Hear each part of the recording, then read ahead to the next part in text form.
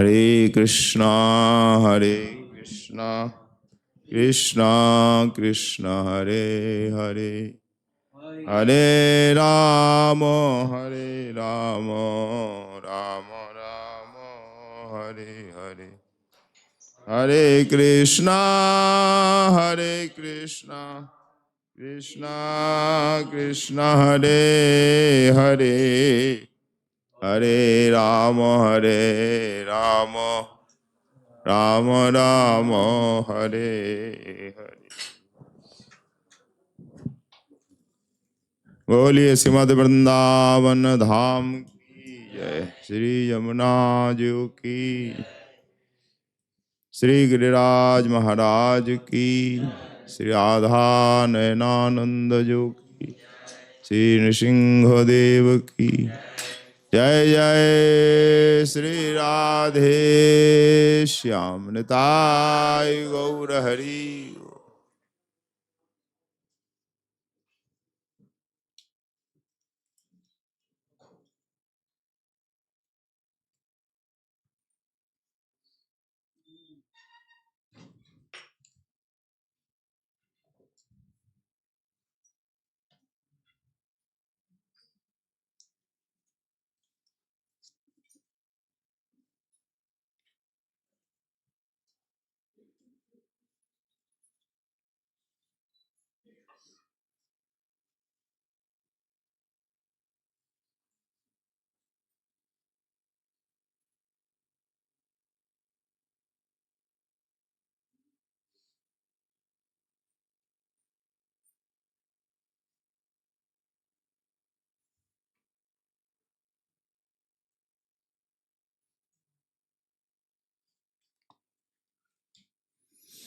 कलियुग पावन अवतार करुणा वरुणालय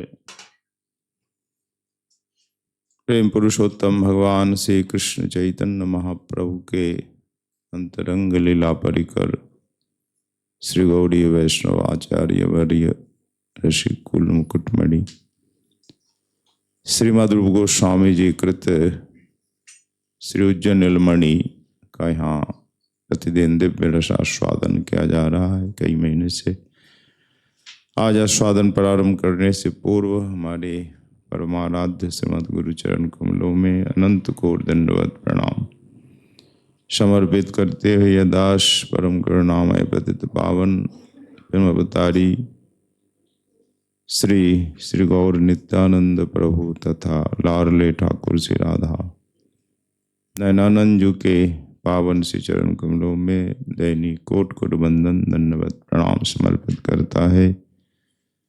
तदुपरांत यहाँ विराजमान श्री भगवत कथा रस रसिक परम वंदनीय संत वृंद भक्त जन एवं भक्तिमती माताओं, आप सभी के इसी चरणों में दास का सादर दंडवत प्रणाम।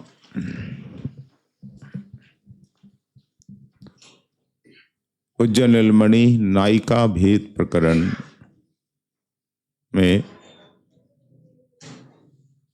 धीरा मध्या नायिका का आस्वादन कर रहे थे।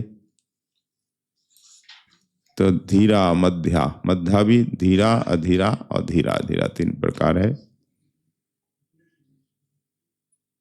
तो धीरा मध्या नायिका के गुण है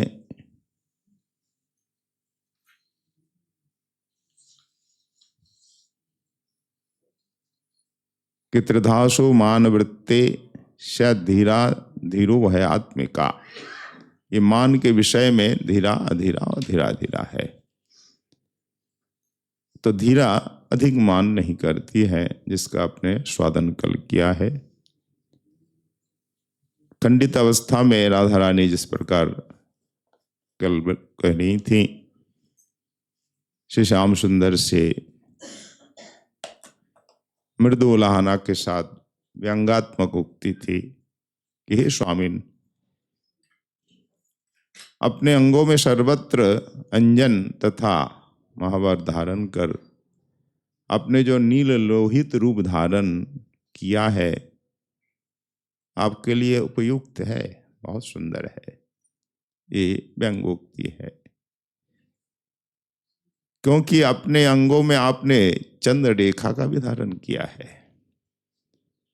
तो बड़े दुख की बात यह है कि हे पशुपते, तो अपने अंक में अपने दैता को क्यों नहीं ले आए? अर्धनारीश्वर तो है अपना। तो इस प्रकार से उपहास किया है राधा रानी ने, और मृदु उपहास, सुंदर उपहास। इस व्यंगोक्ति में सब कुछ कह दिया किशोरी ने, पर क्रोधित होकर नहीं कहा। क्रोध भीतर है पर बाहर सुंदर रूप से ही कहा, इसलिए धीरा मध्या नायिका है राधा रानी हमारी।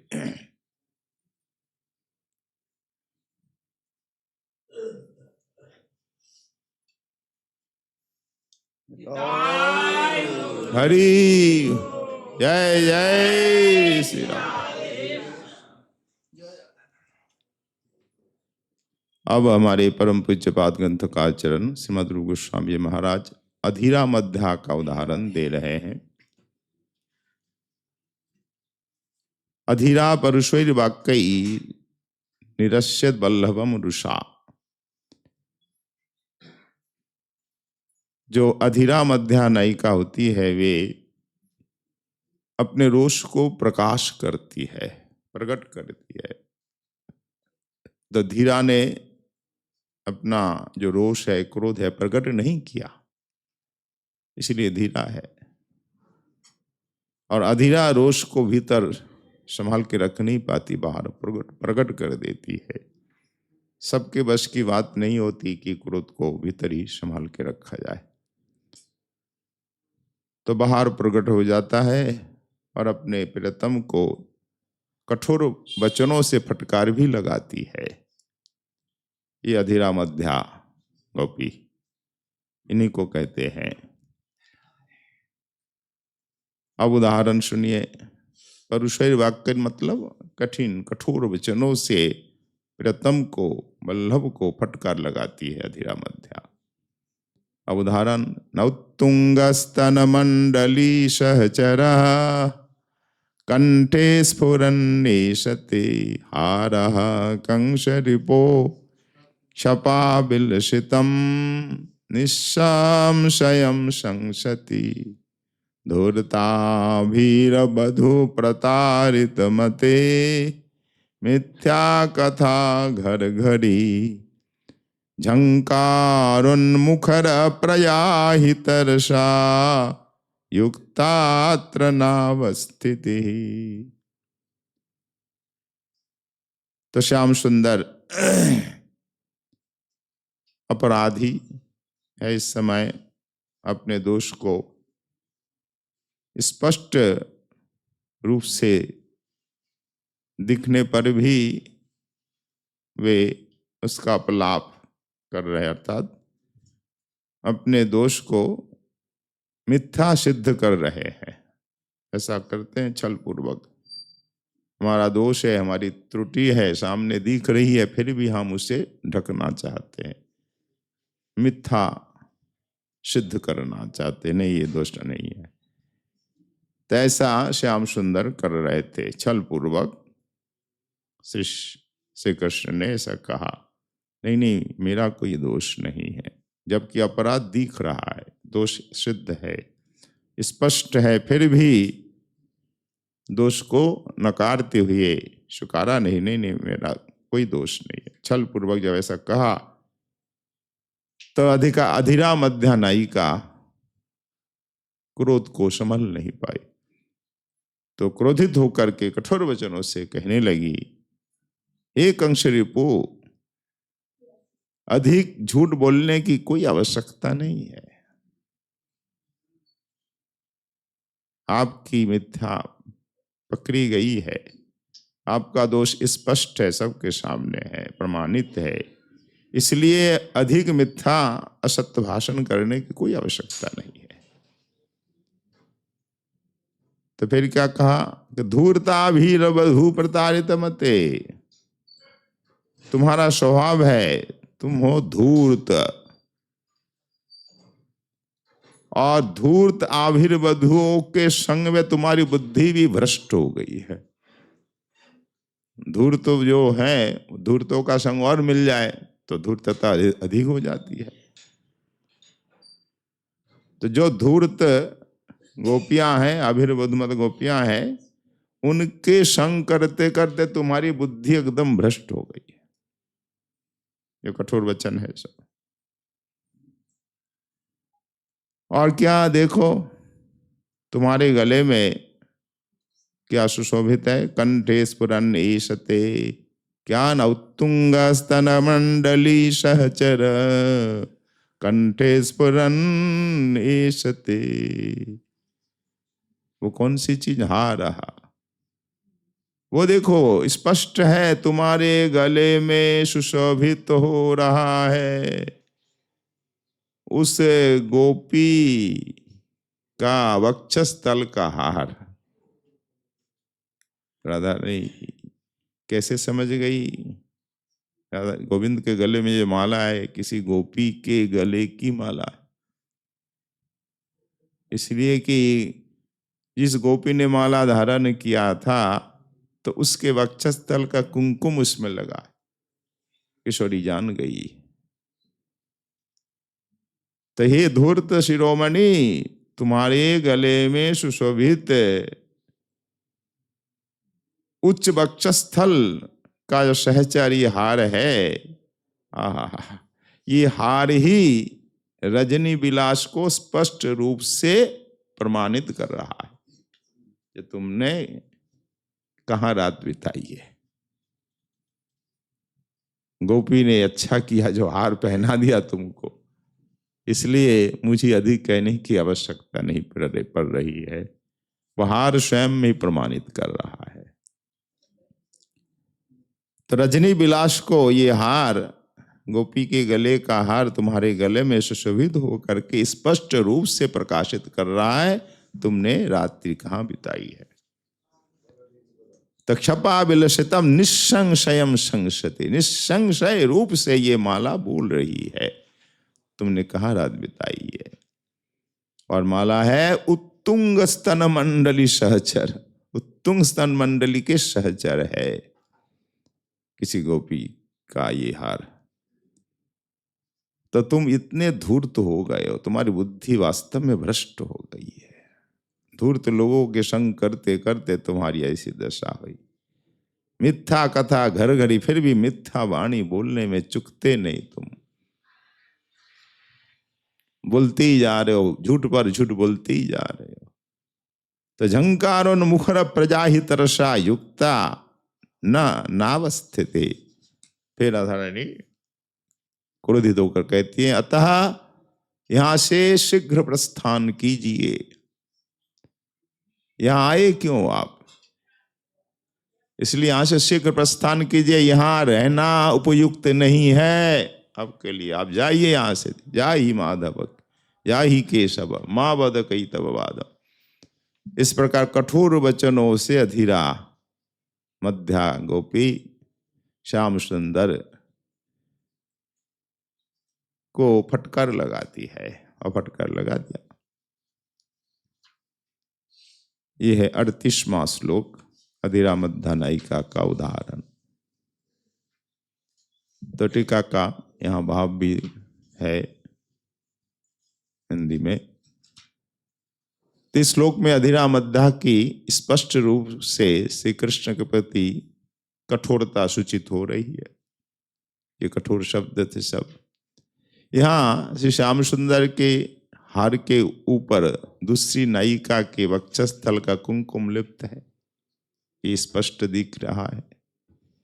उसके अंगों में दूसरी नायिका का सिंदूर भी है श्री गोविंद के अंग में, और अंजन है, काजल सिंदूर आदि है, रंग भी लगा हुआ है। फिर भी अपने स्पष्ट दोष को अस्वीकार कर रहे हैं श्याम सुंदर। तो तब खंडिता नायिका का क्रोध 7वें आसमान पर पहुंच जाता है। काजल के लिए कह रहेंगे, नहीं नहीं काजल नहीं है प्रिया, ये तो रात भर हमारे यहाँ आज यज्ञ हवन चल रहा था। हवन से के बाद जो बिंदी लगाई जाती है टीका, वो उस चिन्ह है। ये हवन की भस्म है, प्रसाद ही है। और तुम्हारी अंग में ये लाल लाल चिन्ह जो है अलग तक, नहीं नहीं, ये तो मैं झाड़ी में आते समय गिर गया था, ये कांटे चुभ गए थे इसलिए लाल लाल रेखाएं हैं, ये नक्षत्र नहीं है। इस तरह से बात बना रहे थे। नेत्र क्यों लाल लाल हो रहे हैं तुम्हारे? वो रात भर जगा ना, इसलिए नेत्र लाल लाल हो गए और धुआं से। और 30 प्रकार से श्याम सुंदर मिथ्या पर मिथ्या बोल रहे थे। तब ये धूर्ता खंडिता नायिका ने कहा, अरे धूर्त है, तुम धूर्तता में शठता में निपुण हो। मैं ऐसा समझती हूं कि धूर्त गोपियों के संग में तुम्हारी बुद्धि भ्रष्ट हो गई है।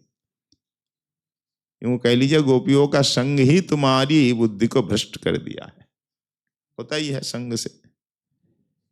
तो इससे यह सूचित होता है कि निर्लज्जता आदि तुम्हारा एक स्वाभाविक धर्म हो गया है। तुम बड़े निर्लज्ज हो, आज इस प्रकार सत्य भाषण कर रहे हो, निर्लज्जता की पराकाष्ठा प्रकट कर रहे हो। ये तुम्हारा स्वाभाविक धर्म तो नहीं है, पर वो संग के कारण ऐसा हो, संग के कारण हो जाता है, बुद्धिवश होती है। धूर्त वो चंद्रावली आदि के संग से, बदमाश के संग से तुम्हारी ये दशा आज हुई है। अतः वे भी बड़ी निर्लज्ज है, वो गोपियां भी निर्लज्ज है, उसके संग से तुम भी अब निर्लज्ज हो गए हो। अधृष्टता पूर्वक निसंकोच होकर बातचीत कर रहे हो। हाँ, तुम्हें भी शर्म तो आनी चाहिए ना। कोई दोष करता है, भूल करता है तो उसे संकोच होता है, लज्जा आती है, पर तुमको ना संकोच ना लज्जा, कुछ भी नहीं है।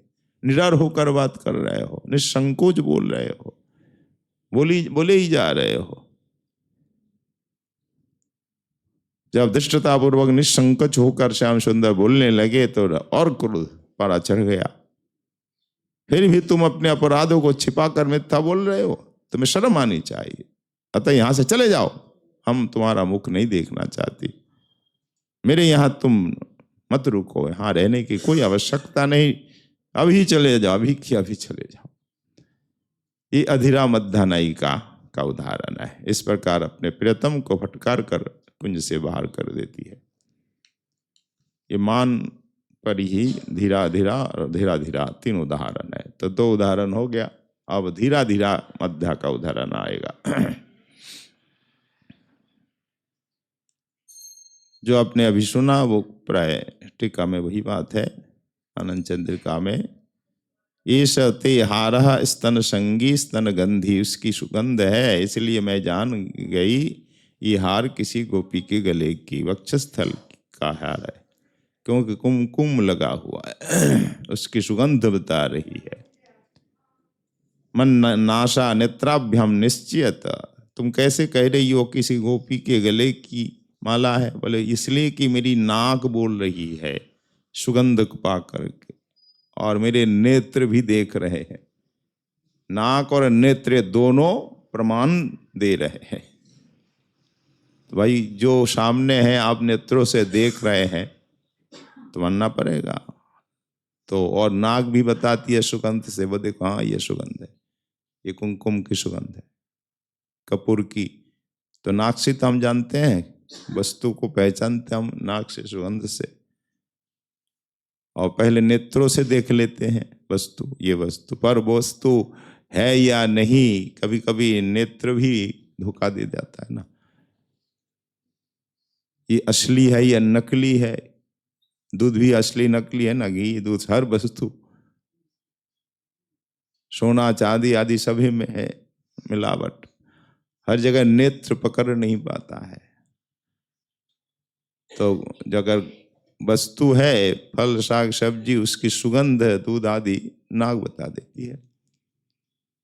कुछ वस्तु है जिसमें सुगंध नहीं है, स्वर्ण रजत आदि, तो उसे समझना कठिन होगा, वो बुद्धि से काम लेना, वो चतुर व्यक्ति ही समझ पाता है, नहीं तो सब लोग नहीं समझ पाते। तो हमारे पास इंद्रियां हैं इसलिए हम समझ पाते हैं, देख पाते हैं, सूंघ पाते हैं, उसकी ध्वनि सुन लेते हैं, कानों से उसका स्पर्श हम अनुभव करते हैं, कैसा स्पर्श है, और बुद्धि से विचार कर लेते हैं ये ऐसा ही है।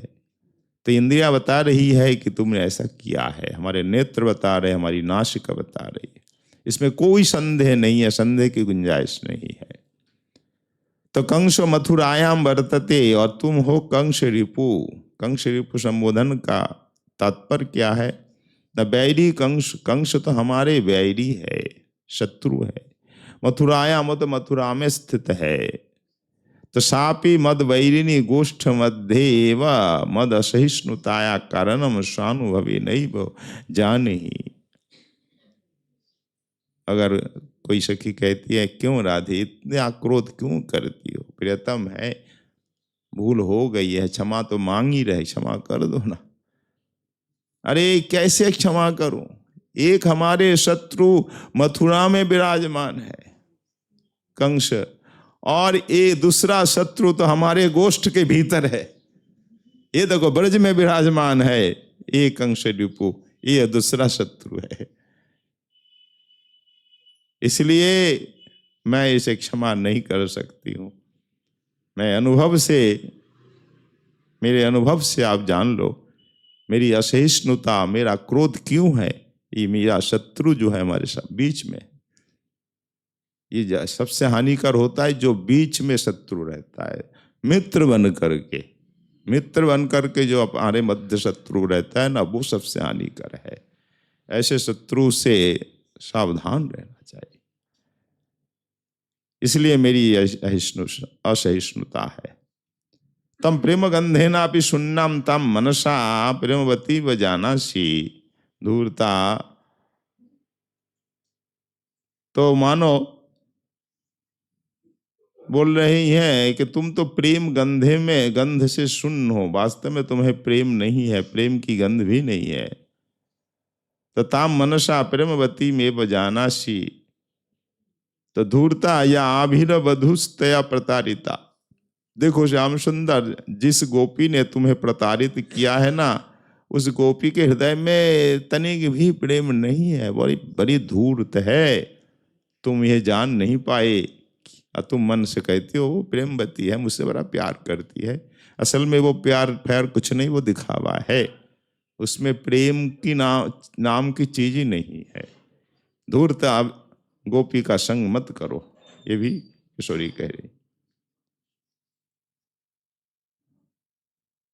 फिर जो मिथ्या घरघरी शब्द जो कहा है, उसका भाव है कि घर घरी मतलब किसे कहेंगे? घर घरी क्षुद्र घंटिका, छोटी छोटी घंटियां होती हैं, बजती रहती हैं।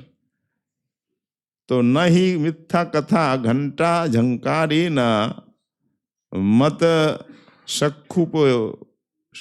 सख्युक्त प्रतिनायिका रमण रूप सत्य कथा वज्राघात स्वन आच्छादित भवती भावा। देखो तुम कितने भी मिथ्या बोल लो, घंटी खूब बजा लो घंटियां, उससे मिथ्या मिथ्या ही रहेगी, सत्य नहीं हो जाएगी।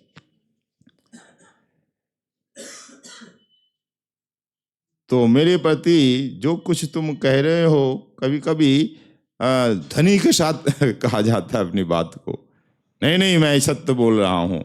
घंटा बजाकर ढाक क्या बोलते हैं, ढोल आदि बजा करके बोले नहीं, कितना भी ढोल बजा लो, घंटियां बजा लो, मिथ्या नहीं छिपने वाली है, तुम्हारी मिथ्या पकड़ी गई है। अतः अमिथ्या अधिक मत बोलो।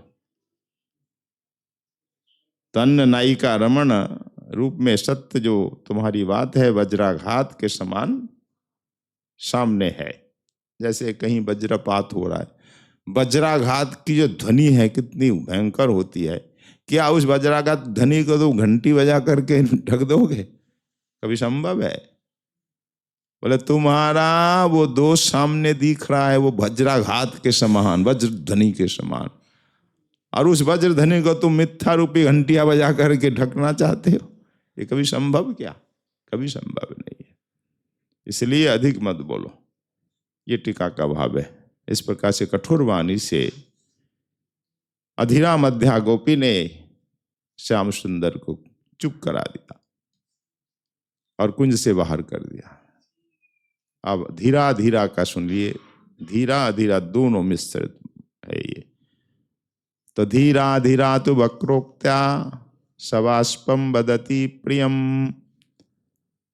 जो नायिका अपराधी वल्लभ के आने पर वचन देकर नहीं आए, समय पर किसी और कुंज में चले गए, तो अपराधी है।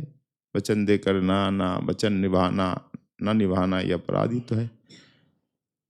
तो ऐसे अपराधी प्रियतम जब आते हैं तब ये धीरा धीरा मध्या कठोर वाणी से फटकार नहीं लगा पाती है, वो तो रोती है, नेत्र से आंसू बहाती है और वक्रोक्ति का प्रयोग करती है। तो ये कठोर वे बोल नहीं पाती, तो जब बोल नहीं पाते क्या करते हैं, रोते हैं। तो क्रोध से ये आंसू है, अधिक क्रोध होने पर भी अश्रु आते हैं। तो ये नेत्र से अश्रु बहाती हुई वक्रोक्ति प्रयोग करती है, टेढ़े वचनों से ताने मारते ना लोग, ऐसे ताने मारकर वक्रोक्ति से श्याम सुंदर को लहाना देती है। तो उसका उदाहरण क्या है? धीरा धीरा धीरा धीरा मध्य नायिका का उदाहरण दे रहे हैं। 40वां श्लोक। यथा गोपेन्द्र नंदन नरोदयो याहि जाहि, गोपेन्द्र नंदन नरोदय याहि याहि, साते विधास्यतिरुषं हृदयाधिदेवी, तन्मौलिमाल्य हृतयावक पंकमस्याः, पादद्वयं पुनरनेन विभूषयाद्य। ये है सब वक्रोक्ति, यानी टेढ़े वचन। क्या कहा? पहले गोविंद नंदन कह करके प्रशंसा की, हे गोविंद नंदन, या ही जाओ जाओ, यहां से चले जाओ। नरोदय माम, मुझे मत रुलाओ, तुम यहां से चले जाओ, तुम्हें देखकर रोना आता है। मेरे मन को क्षुब्ध करने वाले, मुझे दुख देने वाले तुम्हारे अंगों में लगे जो सूरत चिन्ह है ना, इन चिन्हों को देखकर मुझसे रोए बिना रहा नहीं जाता।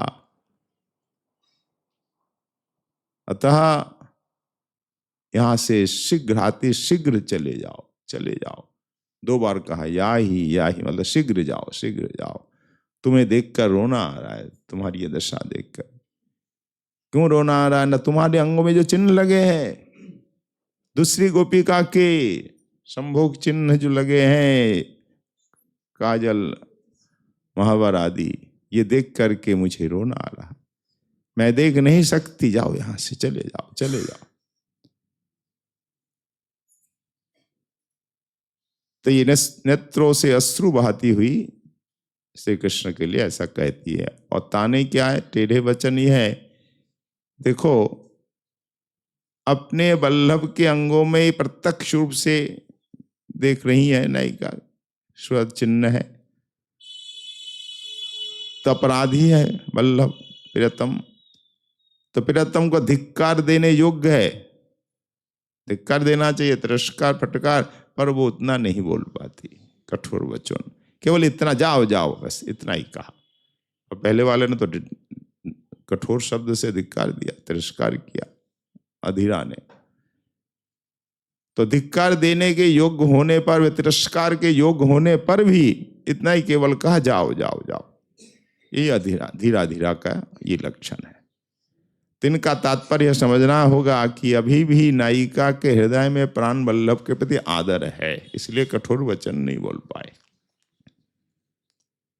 यदि श्री कृष्ण ऐसा सुनकर इस प्रकार बोले, तब श्री कृष्ण बोल रहे हैं, अरे प्रिया, क्यों मेरे प्रति मिथ्या कलंक का आप आरोप कर रही हो?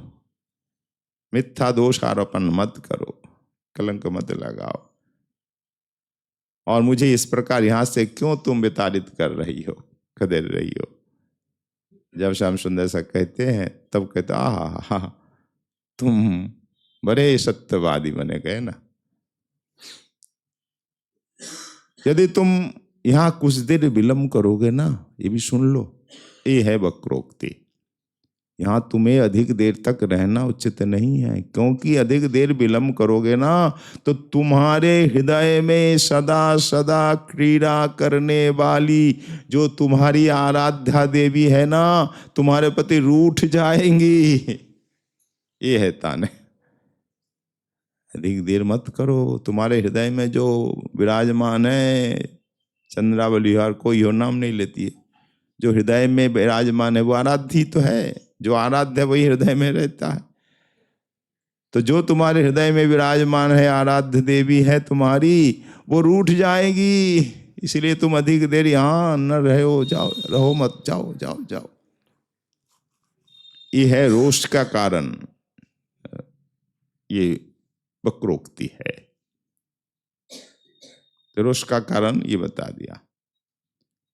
फिर सल्लुंठ वचनों से उपदेश देने लगी।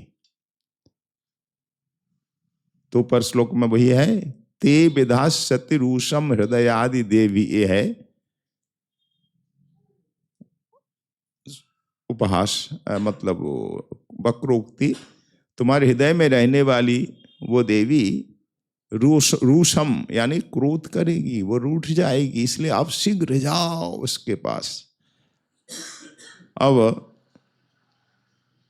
ये गोपी बता रही है रोष का कारण। और भी देखो, तुम्हारे मस्तक पे क्या है, न तन मौली माल्य हृतजावक पंकमस्या।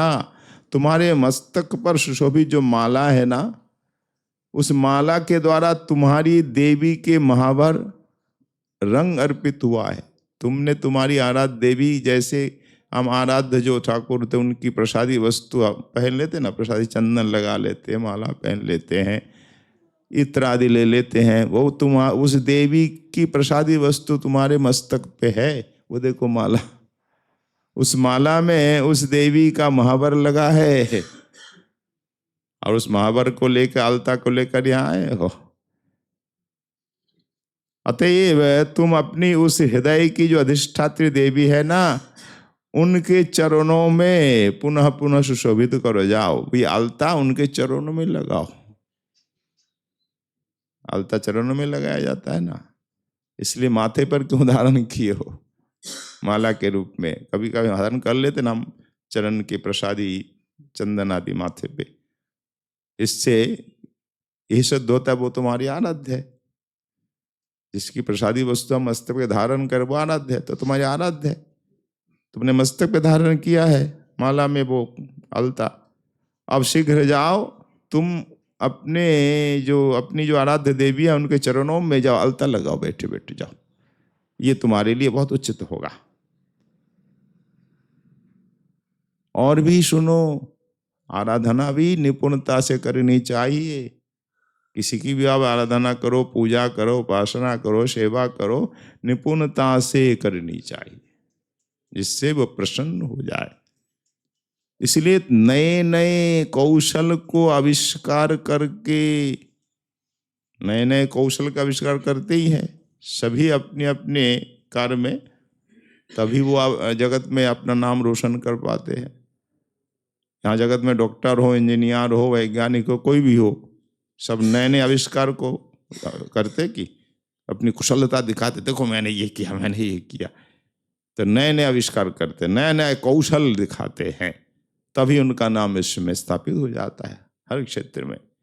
उसी प्रकार साधना क्षेत्र में नए नए कौशल का प्रकट करते, विद्वान तरह तरह का सुंदर शास्त्र व्याख्यान करके, ग्रंथ लिख करके अपना कौशल प्रकट करते हैं। साधना करके, भजन करके, ठाकुर की आराधना पूजा करके, नया नया कौशल ठाकुर के इस प्रकार श्रृंगार करो, ऐसा सजाओ, ऐसा जाओ, तरह तरह सजाते कि नहीं, फुल बंगला बनाते हैं, तरह तरह 56 भोग लगाओ, आज ये भजन सजाओ, आज वो सजाओ। अभी अभी दामोदर को षडभुज महाप्रभु के रूप में सजाया गया था ना, ये पहली बार हुआ। महाप्रभु के वेश में ठाकुर को सजाया गया, ये पहली बार ही लगा। षडभुज महाप्रभु के रूप में दामोदर को सजाया गया, ये भी नया कौशल है कि नहीं? ये कौशल का आविष्कार करो। श्यामा सखी में तो सजाते ही हैं दामोदर को, पर आज षडभुज महाप्रभु के सजाए, कभी नरसिंह के रूप में, कभी वामन के रूप में, ये भी तो नया नया कौशल ही तो है। ये सब पूजा में साधना में कौशल है, कौशल के साथ करो, आकर्षण होगा भक्तों का, और शास्त्र अनुसार होना चाहिए। पर कहीं कृष्ण को काली बना दो, ऐसा ठीक नहीं लगता कहीं कहीं। क्यों? श्री कृष्ण आराध्य है, विष्णु रूप है, उन्हें काली बना दो, ये थोड़ा विरोध हो जाता है, रसाभास हो जाता है। तो कर भी देते हैं, कहीं कहीं बनाते हैं ना, कहीं श्याम सुंदर का काली का रूप बना देते हैं।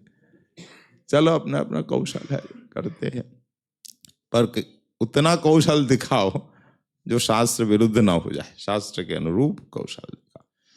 भगवान है तो भगवान के रूप का तो कर सकते हो, अन्य देवी देवताओं को करो तो वो रसाभास हो जाता है। श्री कृष्ण है तो उनको विष्णु रूप सजाओ, नरसिंह, वामन आदि आदि सजा सकते हो। विष्णु के अनंत रूप है ना, उन्हीं के रूप है, इसमें रसाभास नहीं होगा। राम जी सजा दिए, जगन्नाथ में होता है ना, जगन्नाथ जी को राम भेष, अनेक तरह का नरसिंह आदि सजाया जाता है। जगन्नाथ जी को कभी काली दुर्गा सजाया जाता है? नहीं सजाया जाता ना। तो ये सिद्धांत भी है, परंपरा अनुसार ही करना चाहिए।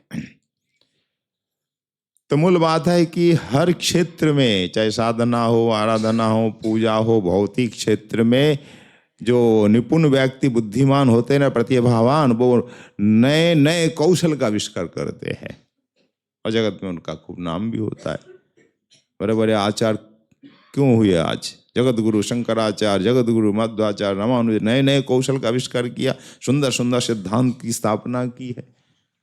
ये सब बड़े बड़े आचार्य, हमारे रूप सनातन आदि नए नए, देखो मंजरी स्वरूप का अद्भुत प्रकटन हुआ, युगल उपासना, निकुंज उपासना, तो ये नया नया कौशल है। तो यहाँ राधा रानी कह रही है, हे श्याम सुंदर, तुम भी नए नए कौशल का आविष्कार करके, तुम्हारी जो हृदयास्थि देवी है, हृदय की अधिष्ठात्री देवी है, जिससे तुम प्रेम करते हो, जाओ उनकी चरणों की आराधना करो, और नए नए कौशल के साथ आराधना करो, निपुणता के साथ, ताकि देवी सदा प्रसन्न रहे आप पर। तो ठाकुर की आराधना तो ठाकुर प्रसन्न रहे इसलिए करना चाहिए कि नहीं? ठाकुर की आराधना हम क्यों करते? ठाकुर प्रसन्न रहे बस, इसलिए नए नए कौशल के साथ सुंदर सुंदर श्रृंगार, सुंदर पूजा अर्चना हम करते हैं, ताकि प्रभु प्रसन्न हो जाए। प्रार्थना करते हैं, स्तुति करते हैं, ठाकुर के सामने कीर्तन करते हैं, नृत्य करते हैं, ये सब ठाकुर को प्रसन्न करने की विधि है। तो तुम भी जाओ, नए नए कौशल का आविष्कार करके उन्हीं चरणों की आराधना करो, पुनः पुनः उनका श्रृंगार करो, वेश रचना करके उनकी क्या करो? उन्हें प्रसन्न करो, जाओ। ये वक्रोक्ति के द्वारा राधा रानी श्याम सुंदर को कह रही है, ताने मार रही है। अतः तुम शीघ्र चले जाओ, सेवा का समय चला जाएगा, यहाँ रहने से व्यर्थ जाएगा समय। अधिक विलम्ब होने पर क्या होगा? अगर समय पर नहीं पहुंचोगे, सेवा में विलम्ब करोगे, तो देवी रूठ जाएंगी कि नहीं? ठाकुर सेवा समय पे नहीं तो ठाकुर भी तो रूठ जाते हैं। अन्य देव देवी सेवा में तो थोड़ी सी त्रुटि होती है आपको, वो कुपित हो जाती देवी देवता भी, अगर थोड़ी सी त्रुटि हो। पर हमारे भगवान तो क्रोधित नहीं होते, फिर भी बाल रूप में देखें, कभी कभी गोपाल रूठ जाते हैं, समय पे भोग नहीं लगाया मुंह फुला लेते हैं कि नहीं गोपाल जी? तो समय पर ठाकुर की सेवा भी समय पर हो।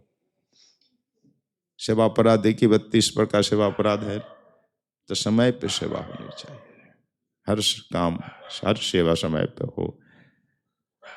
तो समय पे तुम नहीं जाओगे, उस देवी की सेवा नहीं करोगे ना, तो देवी रूठ जाएगी और तुम्हारे लिए महाअपराध होगा। भगवान रूठ जाए, इष्ट रूठ जाए, आराध्य रूठ जाए, तो महान्याय है कि नहीं? इसके द्वारा संभुक्त नायिका के विषय में नायक का अनंत रस विद्यमान रहता है। तो नायिका के विषय में नायक के हृदय में अनंत रस रहता ही है। ऐसा दिखला करके पूर्व नायिका के प्रति धीरा धीरा मध्या नायिका ने हृदय में ईर्षा व्यक्त की। ईर्षा है तभी तो ऐसा कहीं नहीं है, ईर्षा हृदय में, पर बाहर सुंदर लिपापति करके कह रही है। ये भी कौशल है, हृदय की ईर्ष्या को बाहर प्रकट न करना, हृदय के क्रोध को बाहर प्रकट न करके बोल देना। ये बड़ी बुद्धिमत्ता है, ये बड़ी निपुणता, एक कला है, हर किसी से नहीं होता। वो बाहर आ ही जाता है ईर्ष्या और क्रोध। जो बड़े बुद्धिमान होते हैं ना, बाहर प्रकट नहीं करते, वो चतुराई से काम लेते हैं। तो धीरा धीरा मध्या भी चतुराई से, कलापूर्वक ठाकुर से कह रहे हैं, श्याम सुंदर से, जाओ जाओ तुम अपनी आराध्य देवी की सेवा करो, विलंब हो जाएगा ना, वो देवी रूठ जाएगी, शीघ्र जाओ। ये तुम्हारे मस्तक में जो देवी के चरणों का अलता है ना, वहां पर ये मस्तक में नहीं, देवी के चरणों में लगाओ, जाओ जाकर के उनकी सेवा करो। तो ऐसा कहने से हृदय की ईर्ष्या भी प्रकट हुई है। तो जो भी लक्षण अपने अभी सुना धीरा धीरा मध्या के, क्या लक्षण है कि अपराधी प्रियतम के आने पर नेत्र में अश्रु बहाती है और वक्रोक्ति का प्रयोग करती है। वक्रोक्ति है सब, टेढ़े वचन ताने, पर कठिन शब्द से नहीं, सुंदर मीठी। ये इसे क्या है, मीठा जहर। एक होता है धीमा मीठा जहर, एक कड़वा होता है, ये मीठा जहर। और श्याम सुंदर सब समझ गए, बार बार क्षमा मांग रहे। तो सुंदर आपने उदाहरण सुना धीरा धीरा मध्या का। टीका में विशेष है, तो टीका का अर्थ प्राय हो ही गया। तो लोचन रोचनी में जब गोस्वामी चरण बोल रहे हैं, यावक पंक अंगुल्या निर्दिश्यते, राधा रानी अंगुली से निर्देश कर रहे, वो देखो जावक पंक, यानी आलता तुम्हारे मस्तक में है, माला में। ऐसा कभी कभी हो जाता है, होता है। राधा रानी के चरणों में अलता ठाकुर के भी मस्तक में लग जाता है, और देख करके सखी बड़ी प्रसन्न हो जाती है, विशेष करके मंजरी प्रसन्न होती है। दास गोस्वामी भी कहते हैं, कब वो भाग्य होगा कि मैं देखूंगा हे राधे तुम्हारे चरणों का अलता श्याम सुंदर के मस्तक पे होगा। बोले आर कवि देखाइबे ओई चरण जू गले रे जाबो, आर कवि देखाइबे विलाप में, तुम्हारे चरण जुगलों का यावक मतलब अलता कब दिखाओगे, जहां नागौर राजे रे शिरोभूषण। आहा, वो अलता कहाँ ना, नागर राज कौन, गोविंद के शिरोभूषण मस्तक पे लगे, वो कब मुझे दिखाओगे, ये किशोरी कब देखूंगा मैं। ये हमारे लिए बड़े आनंद की बात है।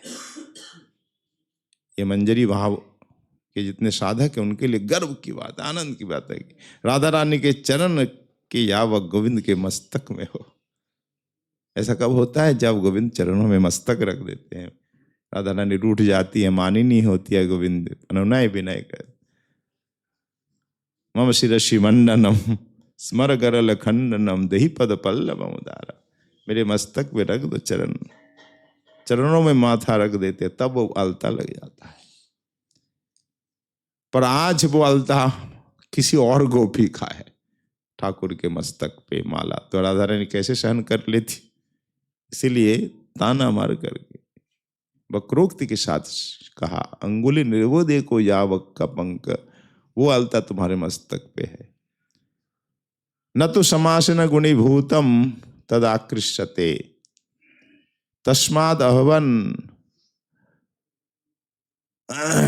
मत योग नामा दोषो ना शक्य, अतः ये दोष तुम अस्वीकार नहीं कर सकते हो जो सामने दिख रहा है। तन्मौलिना हृत कमल हृतम अलक्त पंक अंग्रयोस्तस्या विभूषय पुनः स्तम अमु अनेना। इसमें स्पष्ट कहा, जो अलता तुम्हारे मस्तक पे है, तुम वो अलता अपनी जो प्रेमिका गोपी है उनके चरणों में लगाओ, जाओ जाओ शीघ्र जाओ, नहीं तो विलम्ब होने पर रूठ जाएगी वो गोपी। इस प्रकार से राधा रानी सुंदर वक्रोक्ति कर रही है। तो आनंद चंद्रिका टीका में और कुछ विशेष है तो कल ही सुनेंगे। सात प्रमोदनी टीका भी है, आस्वादन नहीं हो पा रहा है उसकी टीका का भी, तो टीकाओं भी विशेष आस्वादन है विस्तार से। तो धीरा धीरा नायिका का एक उदाहरण और भी है, दो उदाहरण है। इसके बाद आएगा प्रगल्भा, मध्या मुग्धा पहले गया, फिर मध्या, अब प्रगल्भा का उदाहरण आएगा। इससे पूर्व हम आस्वादन करेंगे धीरा धीरा मध्या का दूसरा उदाहरण और टीका का। तो श्री राधा नयनानंद प्रभु की कृपा अवसर के आशीर्वाद से पुनः कल आस्वादन सौभाग्य प्राप्त करेंगे। आज की कथा कहीं विश्राम देते हैं। बोलिए श्री राधा नयनानंद जी महाराज, नरसिंह भगवान की जय, श्रीमद् रूप गोस्वामी जी महाराज की जय, श्री उज्जैन नीलमणि की जय, बड़ी सुरमा कुंज की जय, सब संतों की, सब भक्तों की, आज के आनंद की जय जय श्री निताई गौर हरि।